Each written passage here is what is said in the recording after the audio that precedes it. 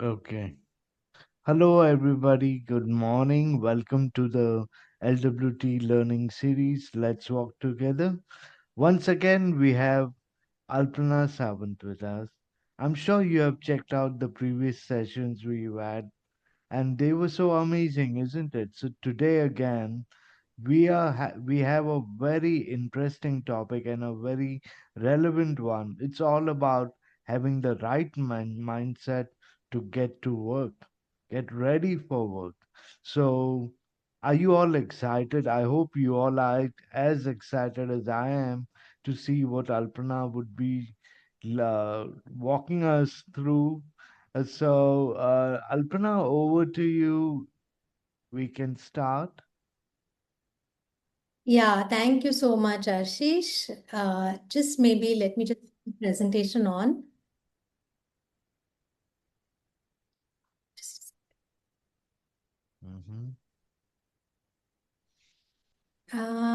are you Yeah, it's visible. okay? Okay, so good morning, everyone, and nice to see you all of you here. I'm really glad you're here, and thank you for your time. Those of you who may not know me, I am Alpana. I am a mental health professional. I am a psychotherapist as well as a corporate trainer. And I've been in this field for almost 18 years now. And I'm very happy to be associated with this community. I have done a few sessions in the last couple of months. And, it gives me great pleasure to return every time. And I hope it is contributing something of value to you because Vijayji, Ashish have been very passionate about driving these topics, and we are trying to make sure that we bring in topics that are relevant to you, which is going to be useful to you. So this is another topic that we thought will be very helpful. And like always, I want to keep the session interactive so that it doesn't become more boring and monotonous. Yeah. I don't want to be the only one speaking. So we are a small group. So during the session, I will ask you to share your thoughts, your responses. So either you can unmute and speak, or you can use the chat box to type in, right? Whatever you are comfortable with, right? But the idea is the more you share, the more you speak, not just the session becomes more enriching, but we all can learn from each other. Okay. So now, important thing is, today it's not about any kind of pressure to become job ready. We are not going to focus on being perfect or figuring everything out. Okay. Because the fact is, many of us want to work, but we feel stuck, or we feel, not ready yet. And that's fine. That's completely okay. So today we are going to explore some small steps, some simple ideas, and a mindset that can help us move forward. Okay. And you can do it at your own pace. Okay. There is no pressure. Absolutely. So, what is it that we are going to be focusing on today? First, we will be talking about a shift in mindset, how we can start thinking about work in a way that feels less stressful and feels more supportive. Okay. Next, we will try and see how we can build confidence, right? Again, not in a very big way, but through small daily habits, through some daily routines. Okay, so we're going to keep it very practical. And towards the end, we will, as always, we will spend a few minutes on reflecting what we learned and what is one small step you can actually try in your life, right? Otherwise, this session would not be meaningful for you, right? So the idea is to keep it very simple, very practical, very doable. So does that sound okay? Give me a thumbs up if it sounds okay. All right, great. Okay, so now let's move forward, and again, I want to do a quick check-in, okay, with respect to and I want like very honest answers, okay? How do you currently feel about your work situation right now? Okay, and you can type your answer in the chat, or you can give the emoji. Just you can give a word or an emoji. Okay. And there are no right or wrong answers here. Every feeling is valid. Okay. So, yeah. So, thank you for your responses. So, yes, you might feel hopeful, like maybe I can start something new, maybe even feel excited, or someone might feel uncertain, unsure, not fully clear about what I should do next. I want to work, but I don't know what to do next. Some people may be feeling worried also, right? So here a lot of people are hopeful, some are uncertain, right? Some people may feel worried. Okay, what if I fail? What if I can't manage after I get a job? Okay.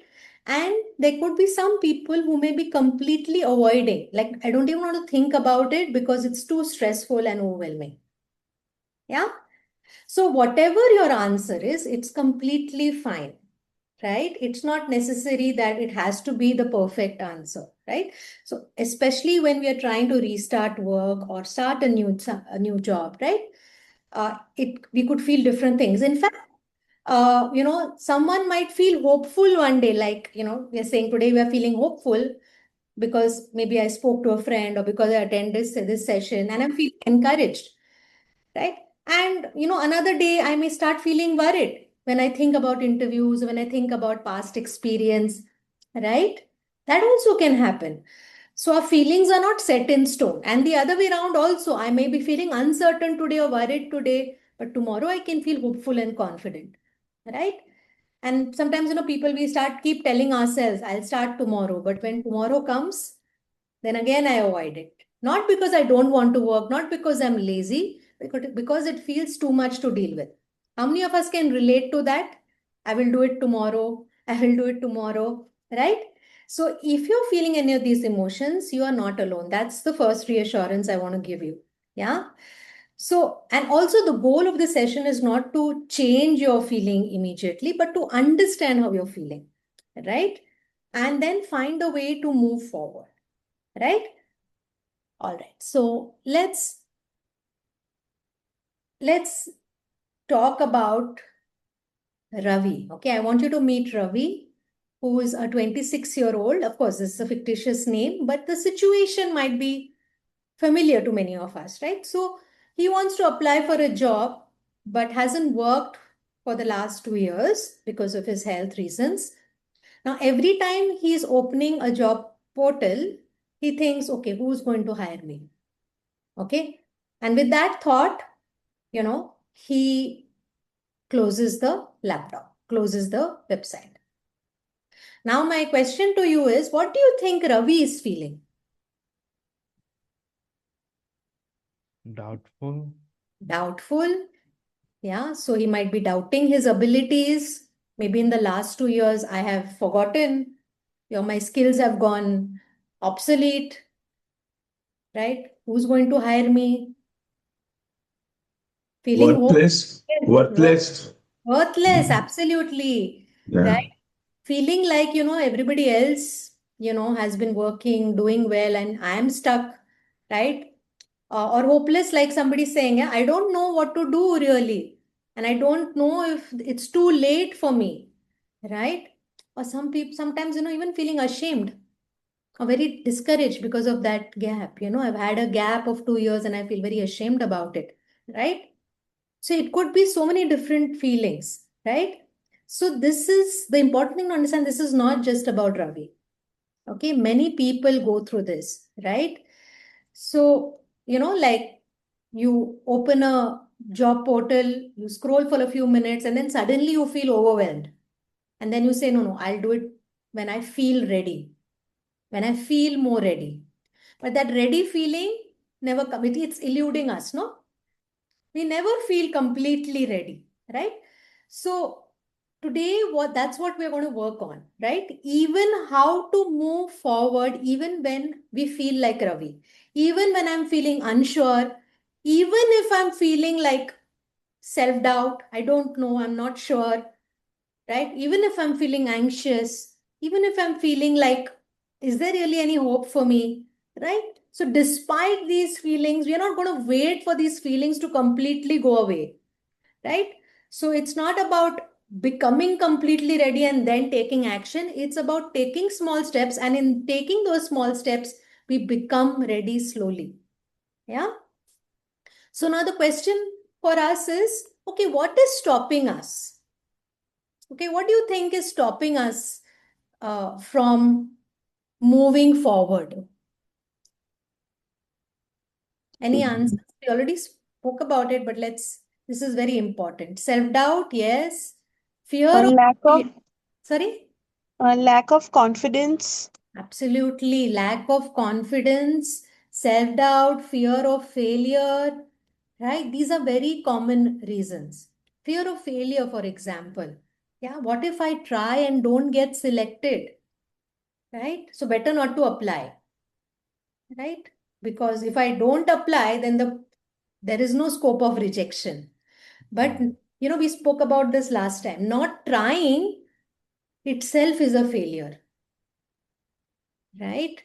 And failing actually means you have tried, right? If I say I failed at an interview, right, the other way to look at it is at least you tried. So it's not actually failing, you learned something. You remember that we spoke about Thomas Edison last time. He invented the light bulb, but it was not like he did it, tried the first time and he did it, right?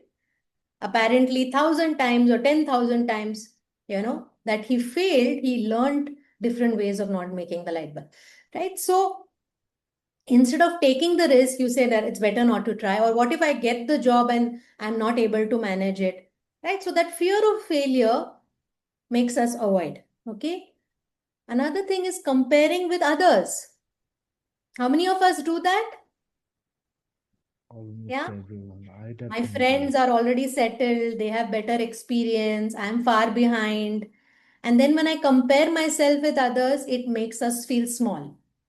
It makes us feel less confident, right? I can never make it. There are so many people who are better than me out there. Who will want to hire me, right? Or concern about judgment, right? What will people say about my gap or why I have not worked so far? Yeah, that fear of being judged, right, can make it feel very stressful, very embarrassing, or feeling like it's too late. I've already lost so much time now. What's the point? That I'm out of the race. Okay. So, but now here is the truth. What is the truth? These are thoughts, and thoughts are not facts. We learned this in one of our previous sessions. Thoughts are not facts, right? And rather than blindly accepting these thoughts as facts, we need to question them. We need to challenge these thoughts, right? And the thing is that many people experience these kind of thoughts at different points in their lives. This is not necessary just for somebody who's having a mental health challenge, right? Because everybody has some or the other kind. Do you think self-doubt is only with people who have mental health challenges? No. Self-doubt comes for people who may seem very successful on the outside, right? I gave you the example of Charlie Chaplin last time. And of course, he also had, depression and those things. But, we never know. From the outside, you might think this person is so successful, so good, so capable. Lipika Padukone, for example, right? But there are so many things that we are struggling with internally, and we feel, oh, it's only me. So something is wrong with me, but that's not a fact. A lot of times people, come in for counseling and they say, Alpana, I want to be like others. So I say, what do you mean you want to be like others? No, like confident like others. And, I want to be stress-free like others. And I want to be successful like others. And I tell them, but do you know actually what the others are going through? Can you read their mind? Do you know about their lives?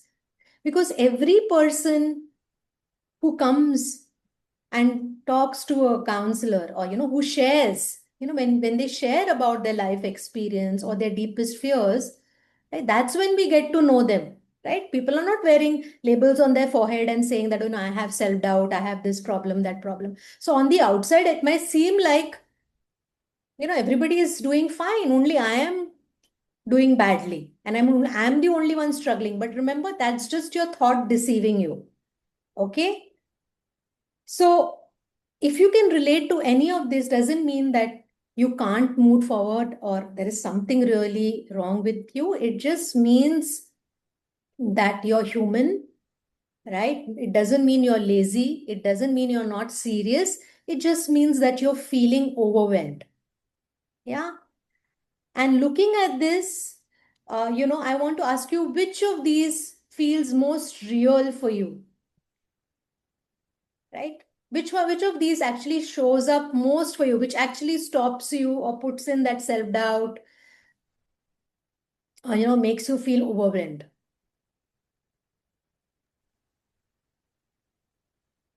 Pairing with others. Uh, Comparing with others, yeah? yeah. I mean, feeling inferior to what others have to offer. I think that's my biggest challenge. That, Absolutely. yeah. And when I have this thought, I'm comparing myself with others and I'm saying that I'm inferior, what do I usually do after? Because the thought doesn't stay in my mind, it affects my action. So what do? I feel discouraged and I say, I'm not going to try. Or when I have fear of failure, again, I avoid, right? Because failing is very bad, no? So better to avoid, right?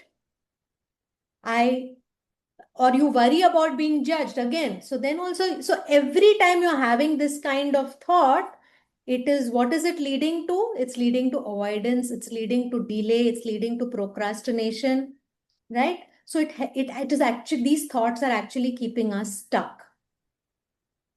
Yeah, these are not just thoughts, but when we believe these thoughts, now the other thing I want you to understand is it's not that these thoughts are going to completely go away after this session, right? These thoughts by themselves are not powerful. What is powerful is, what is giving power to these thoughts? Come on, I want to ask you. Belief. Absolutely. Believing this thought is what is giving the power. Believing that this thought is true is giving the power, right? So if I have this thought, okay, what if I fail? And I believe it, then it becomes very powerful. But if I don't believe it and I say, "Yeah, it's just a thought and it's not just me having this thought and many people have this thought. So despite this thought, I'm going to still try." What's the worst that will happen? What is the worst that can happen? Right? And when you see the worst, you can actually see that it is not the end of the world. Even if I fail, so what? I'm going to learn something. Even if there is somebody other better than me. Well, I told you this last time also, better than me, again, we cannot compare human beings because we are so multidimensional. On one aspect, somebody may be better in the sense this person may have more experience than me, right? But on another aspect, I may be ahead of them, right? Like, a lot of my younger colleagues, right? They might say, oh, but she has much more experience. But I see the younger ones today, they are so tech savvy, they are so much ahead in terms of confidence, in terms of clarity, which we did not have when we started out, right? So it is, you cannot really compare, right? So when you have these thoughts, rather than believing them, you start questioning them. Okay, that's the thing. And that then you're not stuck. Despite these thoughts, you're going to take action. Okay, so now what does work ready actually mean? Okay, so when we were actually deciding the title of this session, we were thinking, we'll say, being work ready, being job ready. And then we decided that, we will not go with that title because, being job ready or work ready itself can feel very pressurizing. Oh, I have to be job ready, right? Because the misconception is when I say job ready or work ready, it means I have to be some perfect version of Yeah. myself, right? And I want to break that myth today. Okay. So being work ready doesn't mean you have to be perfect. It doesn't mean you have to wait to become fully confident. You don't have to wait to have all the skills and have everything sorted out. That's not how it works. Okay. So I want you to shift that idea. Okay. Work ready or being ready for work, because it's a process. When I say work ready, it seems like, it's an end state. But no, being ready for work is a process. It's a work in progress, right? It's simply, what does it mean? It means I am willing to try. Even when I'm having thoughts of failure, even when I'm having thoughts of comparing myself with others, even when I'm having self-doubt, even when I'm feeling unsure, even when I'm feeling nervous. But I am willing to take one step forward. Nothing big, nothing overwhelming, small steps like, I open a job portal, I look for what are the job postings, I update one part of my resume, I practice introducing myself, small skills. And more importantly, believing in your abilities, right? Believing that just because I have a health challenge, a mental health challenge, does not cancel my ability to work or to learn. Okay, my mental health challenge is one part of my reality. Yes, it's a part of my reality and I acknowledge it, but it is not my entire reality. It's not my entire being. Okay, and it doesn't cancel my other abilities. Okay, so, if I have to give you an analogy, thinking about learning something new, like, using a new phone. Okay, in the beginning we don't feel confident, like we struggle, right? Especially if you're moving from an Android to, let's say, an Apple, right? You don't feel, you fumble, you make mistakes, and you feel, oh my God, I'm just so frustrated. Or you're learning a new app, anything. But slowly over time you become comfortable. It is for any skill. I'm not sure how many of us drive here. Two-wheeler, four-wheeler, right? It's the same thing, right? Initially, it feels like a struggle, but over time, with practice, we get better at it. So, readiness at work is similar. It grows as you take action. If you sit there and say that, no, I will learn all the theory of driving and then finally, when I have it all sorted, I will go on the road. Is that going to happen? No. Yeah. Can I say that, no, I want driving lessons in theory only, no practical, because I cannot get on behind the steering wheel or I can't get onto the bike without being completely 100% confident. It's not going to happen, right? So readiness and action go together. Confidence and action go together. It's not that you have to get that confident. And I'm repeating this again and again because I really want us to kind of understand and remember that, right? So it is a mindset ultimately. Okay, so like I said, rather than believing the negative mindset, the negative thoughts, we need to question and change it. Right? So rather than saying, I can't do this, I can say, I am going to try one step. Because the way we think about, or the way we talk to ourselves, the thoughts that we have in our mind have an impact on our actions. If I have a thought, I can't do this, what is going to happen? Things are going to stop and Yeah, you won't be able to move ahead. absolutely. I'm going to stop, I won't try, and I'm going to avoid. But if I gently change that thought and I say that, you know what, I can try one small step. Now, I want you to notice that we are not forcing ourselves to be confident. We are being Hmm. realistic. So we are being balanced. When I say pause, that's why I don't say that positive thinking, right? Because we are not being unrealistically positive. We are being realistically balanced. Yes, I'm feeling unsure, but I can try one small step. Maybe, we compare ourselves and say with our friends, our classmates and colleagues and say, I'm behind in life, right? But a more helpful way to is I'm starting from where I am, and every person has their own starting point in life. Everyone's journey is different, right? Some people take breaks, some people face challenges, some restart, and that's okay. Yeah. And taking breaks, it is for different reasons. Can you think about different reasons why people take breaks in their career or even in their education? Priorities in life change.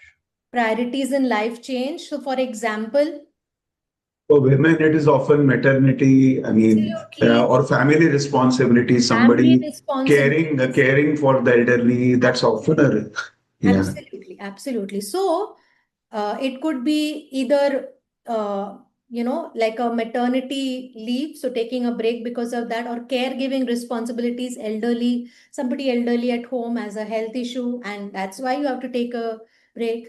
Sometimes for personal health reasons, like going through an injury, right? Or surgery, right? Or upskilling themselves, absolutely, sabbatical, taking a sabbatical for studying further, right? Mm. One of the spouses migrates and you lose the job. I mean, yeah, that Absolutely. it nowadays it happens for men also, of course. And for men also, and they're choosing to Yeah, stay at home. I know yeah, of couples where, yeah, the husband is saying that, you know what, I'm taking a break, and yeah. the wife has better job opportunities than me. So we have just made a practical decision Sure. that, it's better that she works and I stay at home, right? So it is not as uncommon as we are making it out to be, and it is not. So do you think these are shameful reasons? Not at all. Right? Is there one reason that is more noble than the other or more valid than the other? No. No, it is, Less because stigmatized maybe. absolutely, it's the stigmatization. And, again, the stigmatization can come for different things. It's again, it's in the mind that the stigma happens, right? So there is stigma because, I work with different kinds of population, right? So I work with women who have gone on maternity break and now they want to return to work. Do you feel they don't have anxiety and self-doubt? Right? They are also going through anxiety and self-doubt. Men who have taken a break and who are at home, house husbands. Do you think that's not a stigma? It's a Even big more stigma, so, even especially more so, more so yeah, in in India. our society, yeah. Absolutely, in our culture, Yeah. right? So there is a stigma there also, right? Even taking a break from the career, saying that I want to figure things out, I'm not sure, and I don't know. This happened to me actually, because after I finished my graduation, I was not sure what I wanted to do. So I took a break for a year before deciding before I joined TIS, right? And but that TIS decision didn't happen instantly. I decided that, I will take a break and I'll figure thing out. And there were people who were telling me that, because when I was doing my graduation, I'd already applied for my master's in other places and I'd got my admissions, but I said that I will not go because I'm not sure. And then there were people who ridiculed, and he said, what are you doing, Alpana? You'll have a gap. And that's not a good thing, That means, you should have figured this out first. And, you're just wasting your time. And I went through a difficult period, but I was very sure that, I'm not going to compromise. And I'm so glad, because otherwise I would have landed up maybe in some other kind of profession and doing what is not my passion, right? So, can we stop now, again, talking about stigma, right? Can we stop the world from having their opinions and views? No. Can't. Yeah, that is out of our control, right? But what is in our control? Our actions, Sorry? Our actions, our behavior, our actions. our actions, and also whether I choose to internalize that shame or that ridicule or that criticism, right? Again, that is powerful. That criticism is powerful only when I internalize it. When somebody says, Alpana, you're lost, and you've really wasted your time and you're going to be behind, right? When I internalized it, and I did, I felt very ashamed and I felt very depressed. But when I went back to, the other part of myself, which said that no, I need clarity. And it is okay. They say sometimes you have to go slow to go fast, Mm. right? Because being on the wrong track, it would be even slower, It's right? also about questioning the wrong advice and wrong beliefs that we hold, right? We need to constantly question these, right? I mean, Absolutely. decide where we are headed. And what we tell ourselves is far more important than what others are telling us. Self-talk. Self-talk, because it also happens, right? We always, it's easy to point out and say, oh, other people criticize me and poor me, and I feel like a victim, no? So other people are bad and I'm a victim. But think about it, when somebody praises you and appreciates you, And that internal voice tells you, they're just being nice to you, they don't actually mean it. Does that appreciation count for you? No. What is powerful at that time? Your internal voice, right? Which is invalidating that appreciation. And that internal critic is always powerful, because when somebody is criticizing you also, that is the internal critic which is validating and saying, see, he said or she said that you are lost, so you must be lost. You've always been lost in life. You've always been like a confused soul in life. That's what I told myself. So it is also good news. That we can't control what other people are thinking. That's bad news. But the good news is, what matters is how I talk to myself. Because whether somebody is appreciating me or criticizing me, unless I give it that license, that validity, it is not going to impact me. Alpana, would journaling help in this regard? Bringing, sort of it brings on to in a detached way about what we have been processing, and then makes us sort of analyze and, sort of do course correction. It worked for me at least. Absolutely, absolutely. And journaling is like a release. It's like almost like talking to somebody. Because when the thoughts are there in our mind, right, they are like my thoughts, right? But when I put them down on paper or even digitally, right? One, there is clarity. Okay, they are clearly out there. And second, there is a distance between me and the thoughts, right? They are out there, external. Now they become external. When they're in the head, they're internal. So it's very difficult to analyze them or to separate from them. But when you put them down in a journal, they become external. And when they are external, you can be more objective about them. You can question them, you can challenge them. Yes, so absolutely, Vijayji. So journaling can actually help us. And it will also help you see a pattern. Repeatedly, I'm having the same kind of thoughts again and again and again and again. Right? So you stop giving importance to those thoughts. It's like somebody telling you the same thing again and again and again. Right? Then you say, oh God, it's the same story again now. I don't want to. It's boring now. So I want you to treat these thoughts as boring. They're so boring, man. It's the same story. Tell me something new. Yeah. So what we are saying here, that I am going to still take a step forward. So it's not about forcing positive thinking. It's about choosing a thought that helps you take a step forward, whatever is helpful for you. And that is what slowly builds confidence. Right? And so let's practice this a little, okay? Because these are the kind of thoughts that we tend to have. So let's say I have a thought, I have forgotten my skills during this last 2 years gap. This is a thought I have, and now so there is no point. I'm obsolete and I'm not any good. What can I have? What can be a more balanced thought that can actually help me take a step forward? Let me test out whether I have actually, lost all my abilities by putting myself out there and, challenging myself, right? Absolutely, absolutely. Yeah. Let me test it. If I Yeah. really have become completely obsolete, like a dinosaur kind of a thing, right? Or I can relearn, right? It's Let an me brush up my, opportunity. Right? sorry? An It's opportunity. an opportunity. I can brush up my skills and it will come back, right? So again, the same example of driving, right? They may be, they say once you learn driving or swimming, you can never forget it. It's part of muscle memory, right? So although I feel, oh, I've not, again, same, my own example, right? So, there was a period of time when I stopped driving and then I got back to driving after a few years. And initially I thought, how will I do it? I'm not sure. But it was actually much easier than I thought. Okay.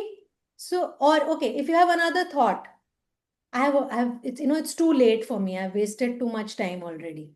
So no point now. What could be a different way of thinking? By thinking it, I'm wasting more time. Absolutely. Let me not waste any more time by wasting today. What happened in the past, I cannot control. And there were valid reasons. It was not really wasted time. Okay? Every day presents a new opportunity. Every day is a new, that's why they say it's a present. Yeah. Because it is a gift. So do you want to waste today also then? And this is actually works both ways. So because even if you think you wasted time, then even more reason for you to not waste today. If you've already wasted time, it's like I wasted so much money. So does it actually justify wasting more money today? If I feel I wasted money today, I should start saving, right? So either ways, today is a good day to start. Or people will judge me. Okay, how do I challenge that? People will judge me, people will ridicule me, people will criticize me. What will people say? So better not try. Also, there is something, what I see as a pattern is complacency and being in the comfort zone, and then that reluctance to get out of the comfort zone. Yes, Because I'm I going to mean, talk about that now. So yeah, this is the cycle. And Vijayji, what you're talking about as comfort zone, very often that comfort zone is that inertia. And it seems like I'm comfortable, but that comfort zone is also masking because of that feeling of overwhelm. That discomfort. So when I say I'm in the comfort zone means I don't want to be uncomfortable. And what is making me uncomfortable? Even thinking about doing something. When I'm thinking about doing something difficult, not something which is easy, right? So this is, I'm glad you touched upon it because we come to that part, right? Yeah. So this is the overwhelm cycle, right? Because it starts with overthinking. So these kind of thoughts, what if I don't get selected? What if I can't manage? What will people say? And then because of these thoughts, I start feeling overwhelmed or it's too much for me. I've become obsolete and this and that. And I start feeling anxious. I start feeling overwhelmed. Okay. So what Vijay is also talking that complacency or that comfort is coming, it's a defense mechanism. Because I don't want to feel overwhelmed. I don't want to feel anxious. I don't want to feel uncomfortable. So let me stay here and let me do what? Avoid. Because that is best. Inertia, state of inertia. Don't do anything. Right? So instead of applying or preparing, I say that I'll do it later. No? I'll do it later. I will not say I won't do it. I will say I'll do it later. Right? But when I say I will, then when I avoid, does the discomfort really go away? it Maybe it gives increases. temporary relief. Temporary relief. It, I don't, yeah. it increases and in fact erodes confidence. Yes, it increases and it creates more anxiety because I know at the back of the head I'm not doing something I should be doing. Yeah. It creates more anxiety. It creates more self-doubt, right? It creates guilt. Right? I should have done something today and I wasted time, more time. So it creates more guilt. And because of that, again, I'm even more overwhelmed. And when I'm even more overwhelmed now, I feel, oh, I've lost even more time. Now, to absolutely no hope for me. Then more avoidance. Right? So this is a cycle that keeps repeating. Does this feel familiar? Does this feel familiar, guys? Very Yes. much. Yes, yes. Right? I want to tell you, you're not alone. Okay? This is a very common pattern which most human beings go through. Because as human beings, or as living beings, I should say, even animals have that tendency, we want to avoid pain and we move towards pleasure. Okay? Avoid pain meaning even emotional pain, emotional discomfort. We don't want it. So we keep avoiding. We have that tendency. So we have to go through that natural tendency. Right? Because whatever we are seeing as pain, as discomfort, is that short-term discomfort, but in the long term, it's going to be beneficial for us. Like exercising. Yeah. So the important thing is don't blame yourself for it.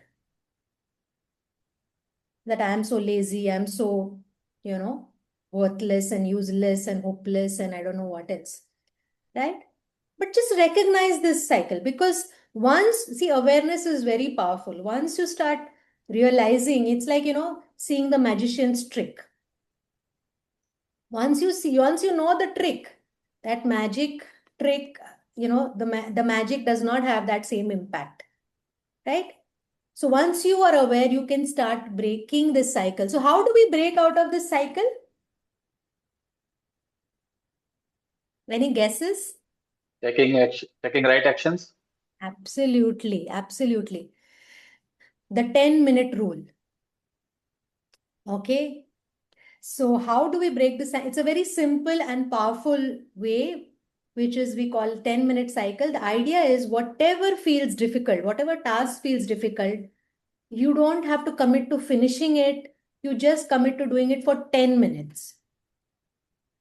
Or you can say 5 minutes also. Exercising. How many of us find exercising difficult and overwhelming and we feel I'll do it tomorrow? Right? For many people. So because when you think of exercise as, oh, I have to do 1 hour gym and 1 hour yoga and that, when you think of 1 hour only, I have to go to yoga class, I have to enroll for a yoga class, or I have to enroll for a gym and I have to do this and I have to do that. But if I say just do a 5 minutes brisk walk or a 10-minute brisk walk, that's all you have to do. If you can stop after 10 minutes. The goal is not to finish, it's to begin. So instead of telling yourself, today I have to apply it for multiple jobs, today I have to get a job, you have to just tell yourself, I'm going to open a job site and I'm going to look at it for 10 minutes. Or I'm going to, rather than saying I have to prepare for an interview today, right? You can say, I can practice one interview question just for 10 minutes. Okay. Or I have to finish my resume. I have to write my resume today. I will work on it just for 10 minutes. Okay. And what do you think will happen when you start doing it? Telling that you will do it for 10 minutes? The task seems very easy. The task feels easier because it Okay. feels smaller. It feels much more manageable. And once you start, sometimes you continue doing a little more. Have you experienced that? Once you go for Yes. that walk, you'll say, chalo, abhi 10 minute kiya na, or 5 minute. Let me do 5 minutes more. You Or you actually don't start even enjoying realize. it. Yeah. Yeah, you start enjoying it and you don't even realize, oh, 10 minutes have passed. And somebody tells you to stop, you're like, no, no, wait now. Hmm. Okay. And even if you stop, that's okay. That's okay. You've done 10 minutes. That's not a failure. Is that a failure? You're better off from where you started, no? Even if you did 5 minutes. Yeah. So the goal here is not perfection. The goal is starting, getting out of that cycle. Right? So Yeah. what matters is starting, then finishing. So now I want you to take a moment and think about what is one task related to work that you have been avoiding. And now can you turn it into a 10-minute rule? Yeah, you can type it in the chat if you're comfortable. It could be, making your CV. It could be looking at job opportunities. It could be practicing for an interview, anything. It could be upskilling yourself, anything. But you're going to tell yourself, I'm going to do only for 10 minutes, no more. Yeah, so I want you to think about that. All right. So when we talk about building confidence, it's confidence doesn't come all at once. Okay. It builds slowly. Okay. Yeah. Vijay is saying monotonous work is sometimes I avoid. I crave excitement, novelty. Absolutely. So yeah, monotonous work is boring. So you tell yourself that I will do it only for 10 minutes. Cleaning your cupboard, wardrobe. It's such a boring task. It's very boring for me also. So even I have to motivate myself. I'll just do one shelf today. I will not do the entire cupboard.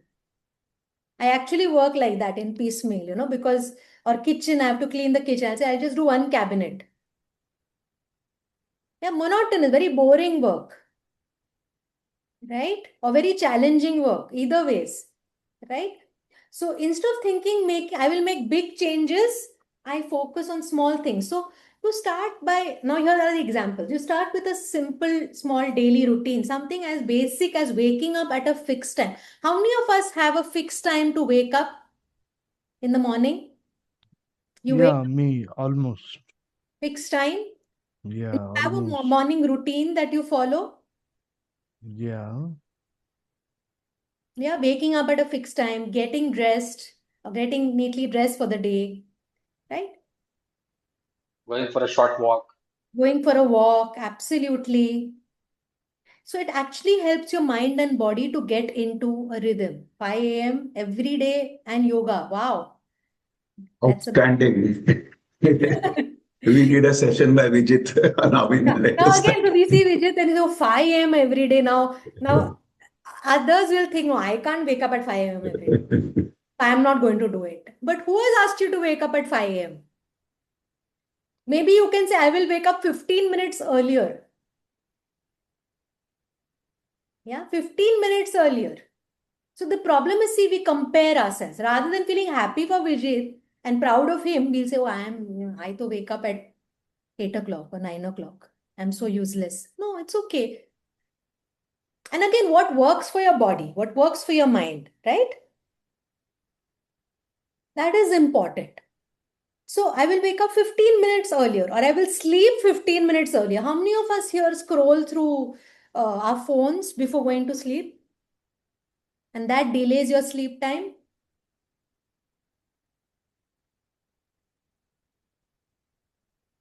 How many of us do that? Yeah, exactly. So we tell ourselves that I'm going to put an alarm on my phone, yeah, to switch off my phone at a particular time.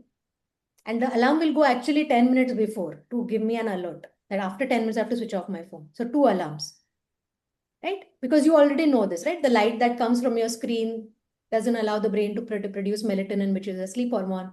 Also, the content is very engaging. So it's delaying your sleep. And then if you sleep late, obviously you wake up late. So what will you do? Either the best is you put your phone away to sleep before you go to sleep. At least half an hour before. That's the best thing you can do. Right? But otherwise, something small as, 15 minutes before I will sleep and I'll put an alarm.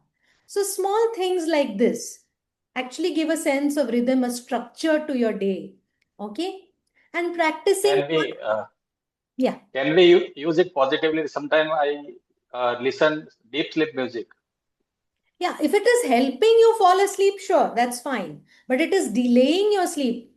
Being on your phone is delaying because when you're listening to that music, you're not really watching anything, right? Or even you're not listening to some content that is actually activating your brain more. It is relaxing your brain. Deep sleep music is actually relaxing your brain. That's fine.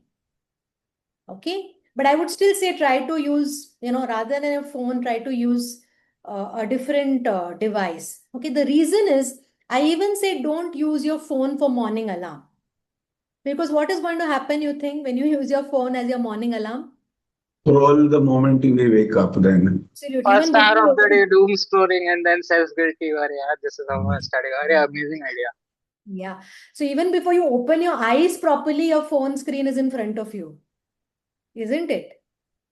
And you start scrolling, and then even if you're woken up on time, now you're scrolling for 15-20 minutes and you're lying in bed and you wasted that time, right? So that's why I say don't use your phone as a morning alarm, use a clock as a morning alarm. So keep your phone at a physical distance from your bed, right? And you decide, okay, I'm going to reach for my phone only at 9 a.m. or whatever. The world can wait. Nothing earth shattering is going to happen, right? I mean, of course, if there is an emergency, then you can always have a way of people reaching you. But otherwise, you can safely keep your phone. Narendra Yes. Modi will not call you in the night. Huh? Sorry? Narendra Modi will not call you in the night. Correct. Absolutely. You can be assured that, that the world will still function, the country will still run, and the earth will still rotate around its axis if you keep your phone away for 8 hours. Yeah? Nothing is going, nobody is indispensable. And nothing is worth your peace of mind, right? And your health. So you have to prioritize it. Okay. And practicing small skills. When I say practice a skill, again, it doesn't have to be something very big. It could be just practicing, introducing yourself. Yeah, we are going to do that activity now.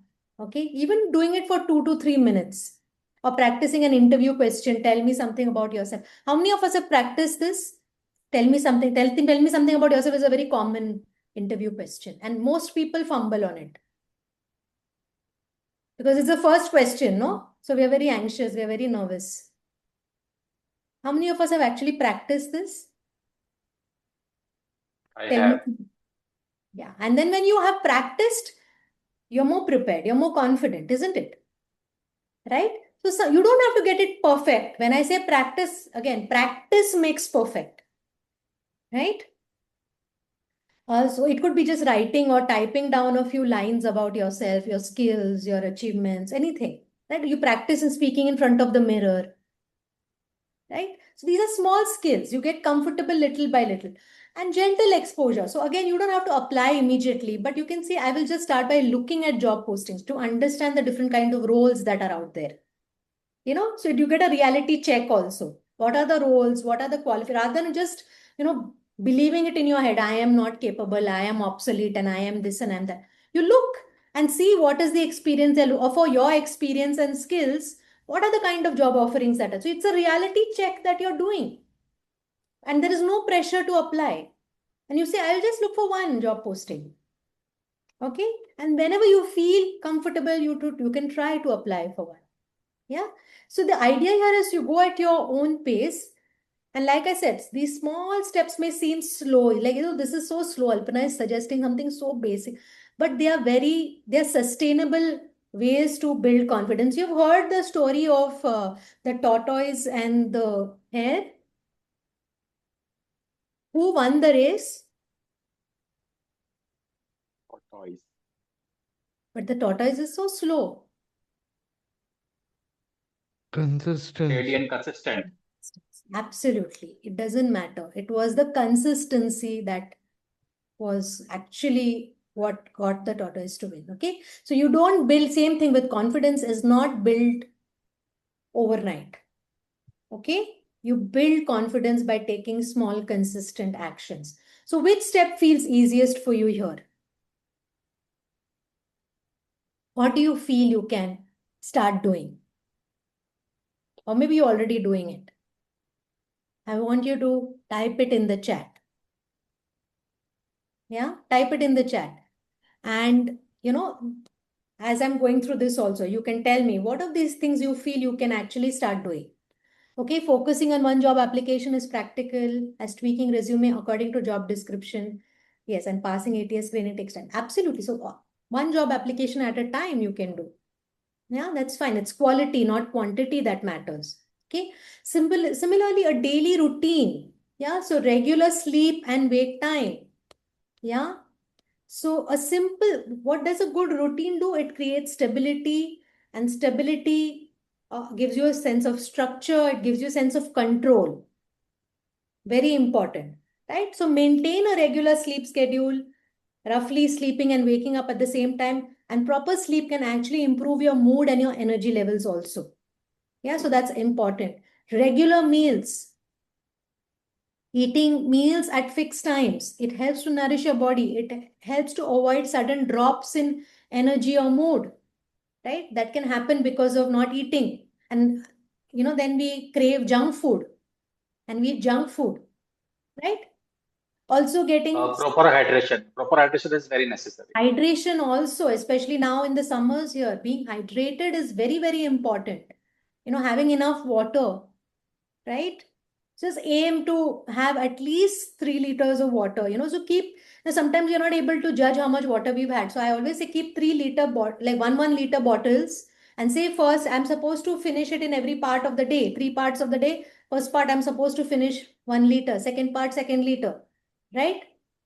So you keep track of it and keep sipping. Again, it makes you feel refreshed drinking water. Getting some movement doesn't have to be an intense exercise, just a short walk or some stretching. There are so many videos available, there are apps, just moving around the house, playing a sport, It could be dance, anything that actually makes you feel active. It boosts your energy and focus. It makes you feel good about yourself. Those of you who exercise regularly, right? Quick game of chess, yeah, that is more for mental, but when I'm talking about movement, physical movement, right? Yeah, playing chess is good, mental stimulation, that's a good thing. Also having a morning routine, we spoke about this, waking up, bathing, getting dressed, even if you're going to be at home, getting ready for the day makes you feel more mentally prepared, right? It gives you a sense of structure. And of course, taking care of your health, right? Taking your medication as prescribed, following up on your doctor appointments, any other treatment that is supporting you, your psychotherapy, your counseling sessions. These, again, they may sound like small things, but they are the foundation, really. Because when your routine becomes stable, the next steps become easier, right? So ask yourself, okay, which of these you're going to start? Waking up on time, or sleeping on time, or eating your meals on fixed times, or going for a short walk. Yeah. Right. And like I said, instead of saying I will wake up early, say I will wake up 15 minutes early. Instead of saying I will exercise, you say I will walk for 5 to 10 minutes. Right. So identify something that you feel you can start doing and make a commitment to yourself. That is important. Okay. Another very important part, which many of us are concerned about, and it creates anxiety. Okay, what if, I start working and then I have difficult days, right? So staying prepared is very important, right? Work is not just about the skills, but it's also about taking care of yourself, right? So there may be days when you don't feel at your best, and that's okay. What is important is knowing beforehand how to handle those moments. Okay.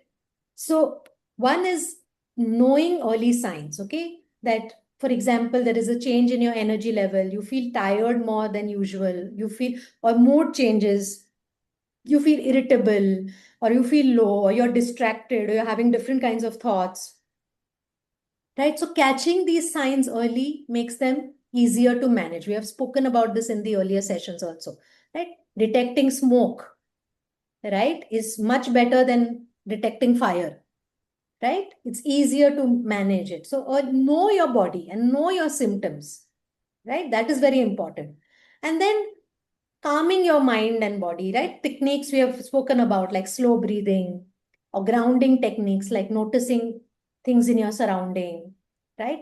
They can actually help you stabilize, or listening to some music, right? So again, having these exercises, having these techniques handy, what are the techniques that actually help me to calm down? Right? Help me relax. And taking breaks. It's okay to step away for a few minutes if you're feeling overwhelmed. Even a small break can actually help you reset.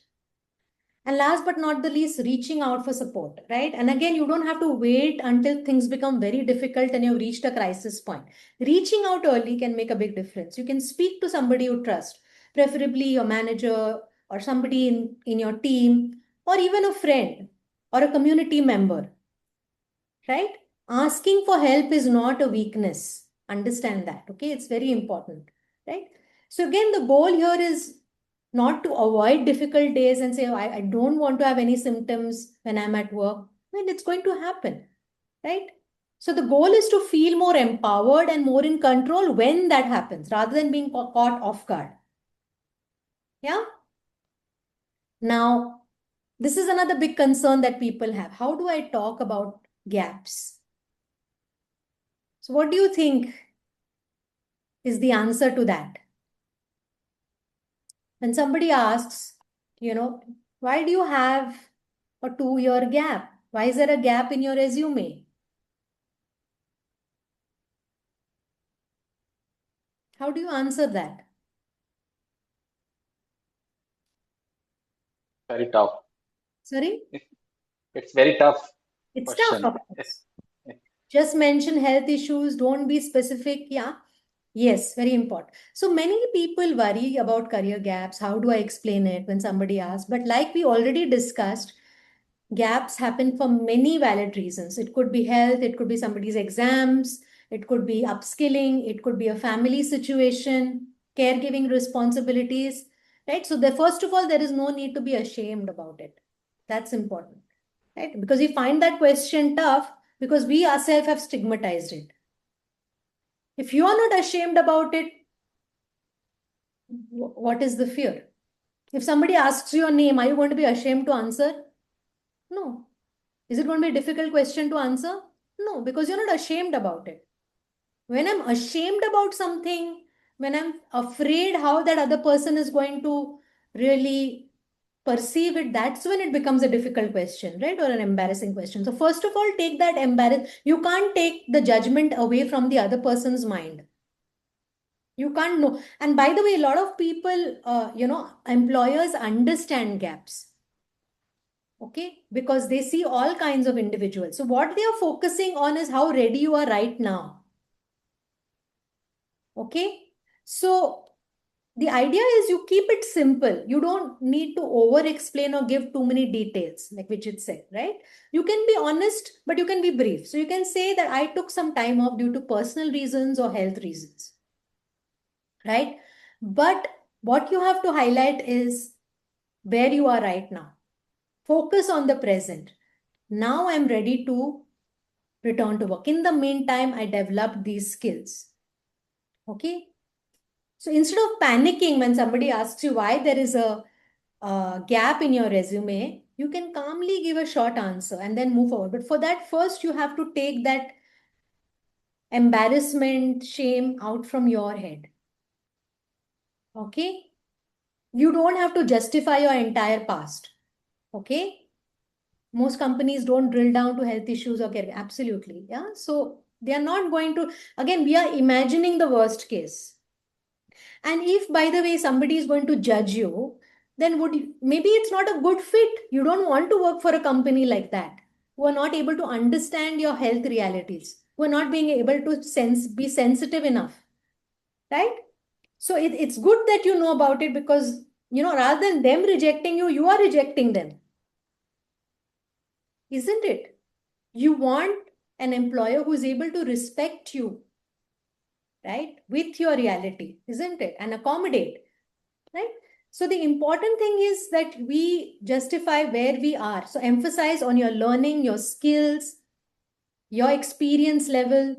So here you have a live example, right? That it can be done. And you can actually turn this gap here or gap period into an advantage.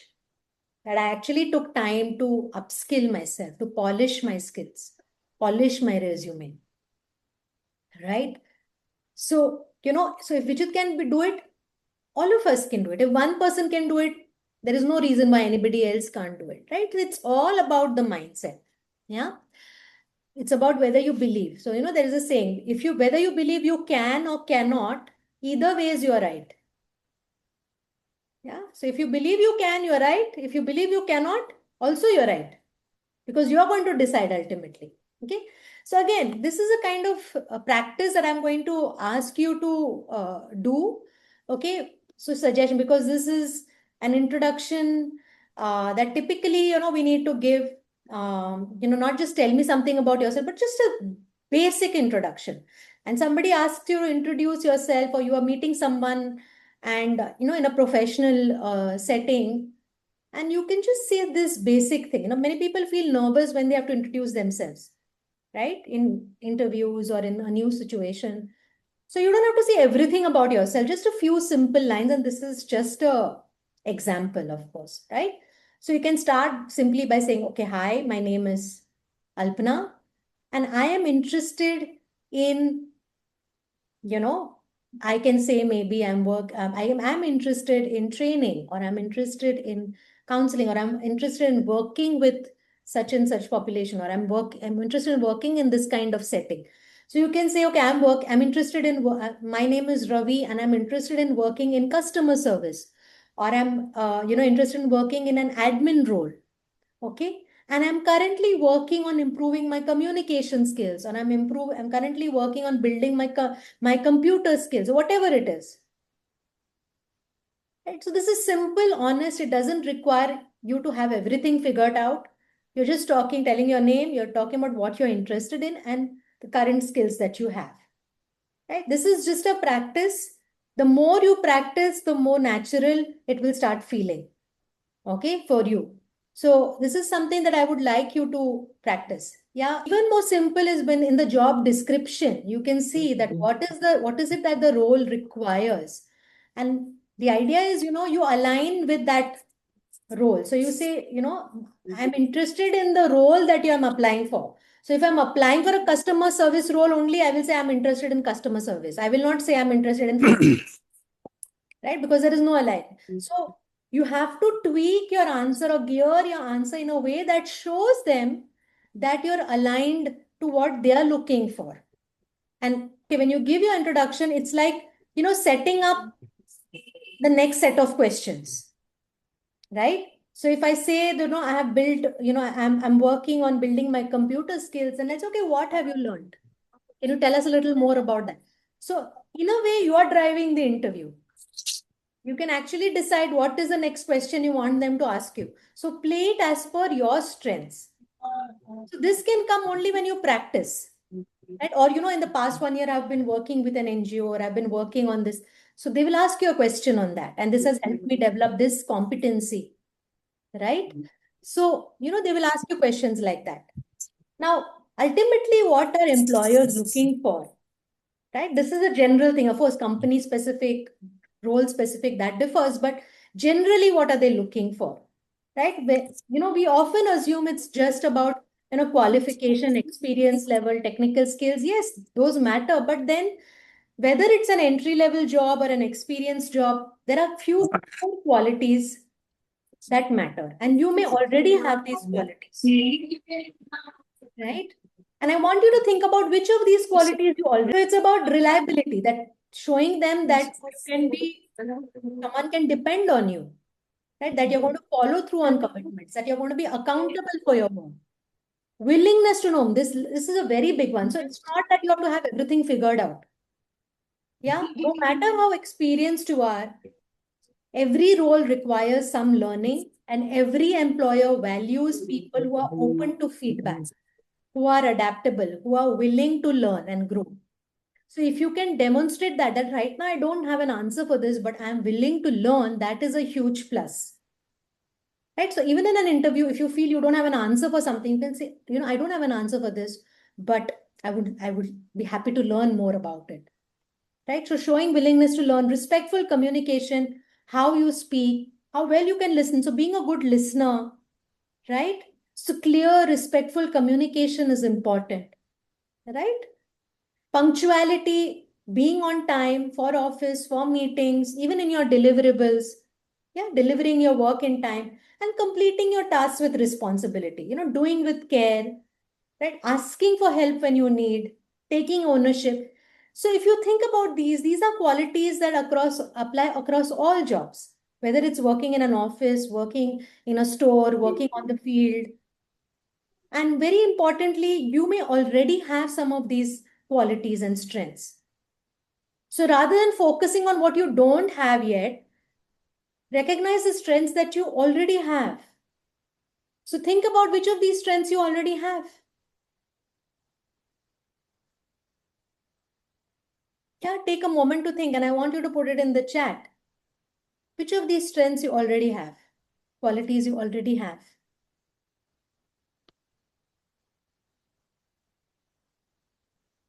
All of them? Okay, great. What about the others?